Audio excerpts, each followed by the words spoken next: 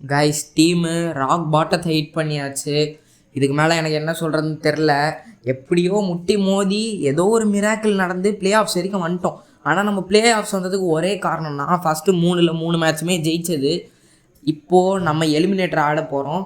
Eliminator ஆடி அதில் பால் Royals கூட ஜெயிச்சு குவாலிஃபையர் 2 போய் குவாலிஃபையர் 2ல் சன்ரைசர்ஸ் ஈஸ்டர்ன் கேப்ஸை ஜெயிச்சு மறுபடியும் ஃபைனல்ஸ் போனால் அங்கே பிரிட்டோரியா கேபிட்டல்ஸ் இருக்காங்க மொரட்டு ஃபார்மில். பிரிட்டோரியா கேபிட்டல்ஸையும் ஜெயிச்சாதான் நமக்கு கப்பு இருக்கும். அதுக்கு நம்ம இன்னும் 3 மேட்சும் ஜெயிக்கணும். இப்போ தான் வந்து மேட்ச் போயிட்டுருக்கு. இப்போ வந்து 3வது ஓவர் என்னமோ போயிட்டுருக்கு கைஸ். பார்த்துட்டு அப்படியே வந்து வாய்ஸ் கொடுக்குறேன். இப்போயே வந்து ரன் ரேட் வந்து 10.17 இருக்குது. இப்படியெல்லாம் விக்கெட் விடாமல் அடித்தாங்கன்னா ரொம்ப கஷ்டமாயிடும். இப்போ நமக்கு இருக்கிற ஒரே பாசிட்டிவ் என்னென்னா ரைலி ரோஸோ இன்ஜுரியிலேருந்து ரெக்கவர் ஆகி வந்திருக்காரு. ஆனால் அவர் ஒருத்தரை மட்டுமே வச்சு எதுவும் பண்ண முடியாது. நம்மளோட கோச் ஸ்டீஃபன் ஃப்ளெமிங் சொன்ன மாதிரியே நமக்கு நிறைய super star and super hero வேணும் இங்கேருந்து ஜெயிச்சு தரத்துக்கு.